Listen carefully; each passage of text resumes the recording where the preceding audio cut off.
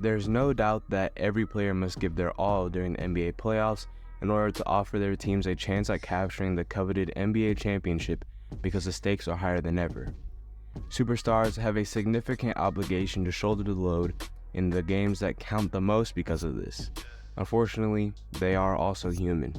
Just like any other basketball player, this implies that basketball greats occasionally perform poorly in a playoff game.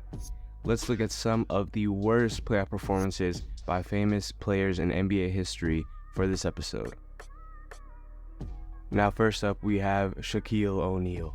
In the Game 2 of 2004 first round, his stats were 7 points, 7 rebounds, 4 assists, and 3 for 9 from field, which isn't too bad, but given that it's Shaquille O'Neal, it's not the best. But I mean, if you were a role player, I think that's probably your claim to fame right there. But yeah, definitely for Shaquille O'Neal, that's pretty low. But from 2000 to 2002, Shaquille O'Neal served as the Lakers' three-peat focal point. O'Neal was stopped by the Rockets' defense in Game 2 of the 2004 NBA playoffs, while the Lakers were trying to add another trophy to their collection. The three-time Finals MVP was guarded alternately by Yao Ming and Kelvin Cotto, so the Big Diesel could only get going in the second half. Kobe Bryant and Karl Malone, though, picked up the slack and led the Lakers to a 98-84 triumph, despite having average final stat lines. The following season, the Lakers advanced to the NBA Finals, but the Detroit Pistons defeated them in 5 games. Now next up, we have the man, the myth, the legend himself, Wilt Chamberlain, who did pretty bad in the Game 2 of the 1969 NBA Finals. And his stats were 4 points, 19 rebounds, 4 assists, and 1 for 6 from field. So basically, that's the equivalent to an and one 3, but I'm pretty sure he probably just made it inside and then got fouled and shot 2 free throws. And then, I mean, the 19 rebounds is still pretty impressive, but given the fact that I've seen him, he had like 30 rebounds in a game. That's not really the it's kind of like the Shaq one, it's just kind of, for Wilt Chamberlain, that's pretty low. But the Lakers and Celtics needed all from their stars during this epic finals matchup that went to 7 games, as it was a match of titans and decorated franchises. That series would be won by the Celtics. The Lakers might have won this game if Wilt Chamberlain had played better in Game 2. Finishing with a meager 4 points on 17% field goal shooting was a long cry from what he can do for a player who can score 100 points in a single game. Now next up, we have the easy money sniper himself, Kevin Durant. In Game 6 of the 2011 Western Conference semifinals, he dropped 11 points, 7 rebounds, 2 assists, and went 3 from 14 from the field. So not the best, but Kevin Durant is a scoring machine who can frequently score 20 points per game. But the Grizzlies made Durant sweat for his points in Game 6 of the 2011 Western Conference semifinals, pulling out all the stops to save their season. KD still scored in the double digits despite Durant missing 11 of his 14 shots, including 8 from beyond the arc. Unfortunately for the Grizzlies, Durant and the Thunder recovered in Game 7 of the NBA playoffs to move on to the Western Conference Finals. Now next up, we have Shaq's former teammate, Karl Malone. Now, Karl Malone did pretty bad in the Game 6 of the 1999 Western Conference semifinals, where he dropped 8 points, 7 rebounds, 6 assists, and went 3 for 16 from the field. Several times, the Jazz ruled the West, especially when Karl Malone was in the lead. After the legendary Bulls team was disbanded in the 1999 NBA playoffs, it appeared as though the Jazz would win it all. But Malone and the Jazz were unable to pull it off after failing to defeat the Blazers in 6 games. Malone was ultimately stopped and did not contribute his customary amount of points in the decisive game. Now next up, we have another former Shaq teammate, Dwayne Wade, where in Game 3 of the 2004 first round, he dropped 2 points, 3 rebounds, 0 assists, and went 1 for 8 from field. After scoring the game-winning shot to give the Heat a victory in Game 1, Dwayne Wade had one of the most impressive playoff debuts. The first round of the 2004 playoffs, Game 3, was a different tale though.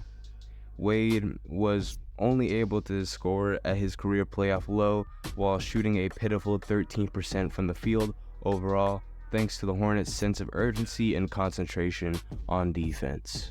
Now next up we have James Harden, who dropped 5 points, 6 rebounds, had 8 assists, and went 1 for 10 from field in Game 5 of the 2021 Eastern Conference semifinals. Now, Harden joined the Nets, giving Brooklyn a threatening big three consisting of Harden, Kevin Durant, and Kyrie Irving after being an MVP in Houston. The Nets, however, never lived up to expectations despite their star strength. Harden was also not nearly the same star that he had been with the Rockets. Despite playing 46 minutes in a pivotal Game 5 against the Bucks, Harden could only convert one of his 10 field goal tries, finishing with just 5 points. The eventual NBA champs would finally outlast the Nets. To make matters worse, the Nets' journey to the Eastern Conference semifinals was the team's longest playoff run since KD and Irving joined forces. Now, this one hurt to see, but Kobe Bryant is on this list in Game 5 of the 2000 NBA Finals, where he dropped 8 points, 5 rebounds, 3 assists, and went 4 for 20 from the field.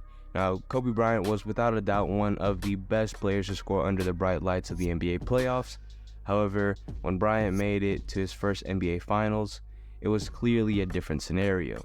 In the end, a young and inexperienced Bryant was shut down in a number of games, including a terrible performance in Game 5 of the 2000 NBA Finals, where he only made 20% of his 20 field goal attempts overall in the Pacers' 33-point drubbing of him.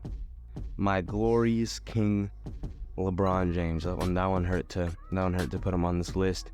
But in Game 4 of the 2011 NBA Finals, he dropped 8 points, 9 rebounds, 7 assists, and went 3 for 11 from the field. LeBron James appeared to be on track to win his first NBA title after relocating to Miami from Cleveland following a dominant debut campaign with the Big Three. However, despite being vastly in favor of Dirk Nowitzki's Dallas Mavericks, the zone defense proved to be the ideal strategy for reducing James's impact on the court. James once finished with fewer than 10 points, and that happened just when it mattered most.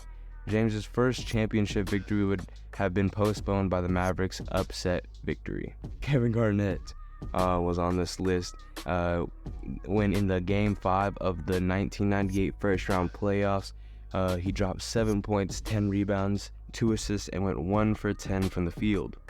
Every night, Kevin Garnett gave it his all on the court, frequently leaving his heart on the floor. His time with the Timberwolves didn't contribute much to NBA playoffs success, though. Garnett may have given one of the worst playoff performances when the Supersonics advanced to the second round by keeping him scoreless. Garnett not only finished the game with 10 turnovers, but also a 10% overall field goal percentage. Now, last but not least, we have Daron Williams, who has one of the worst stat lines I've ever seen in a playoff game from a starter. Matter of fact, a star starter for this team. But in Game 2 of the 2014 Eastern Conference semifinals, he dropped a whopping 0 points, 7 rebounds, 6 assists, and went 0 for 9 from the field. Daron Williams has excelled for the Jazz and the Nets during his career. The 2014 Eastern Conference semifinal Game 2 pitted the Nets against the Heat. The two-time reigning champions, despite the fact that he had already established himself as a franchise player, Williams was unable to purchase even a bucket in the game. In 36 minutes of play, the 5-time All-Star failed to register a point. And that'll be all for today's episode. Let me know what you guys think. Leave a comment down below who you think had the worst playoff performances. I know there's some current ones. Ben Simmons has had a couple bad playoff performances. Jimmy Butler in Game 7 against the Celtics wasn't that good. In my opinion, or against the Nuggets wasn't that good in my opinion. But let me know if you guys want a best performances by unknown players in the playoffs. I think that'll be a pretty good list to make there. But yeah, just go ahead, leave a comment down below what you thought of this episode, anything that you would like to add. While you're down there, make sure to go ahead and leave a like, subscribe, and share the video with anybody that you think may want to watch this episode. And then if you're on the podcast version, go ahead and leave a 5-star review and hit that follow button. Without further ado, that'll be all. Thank you for listening all the way through and watching all the way through. Have a great rest of your day. Bye.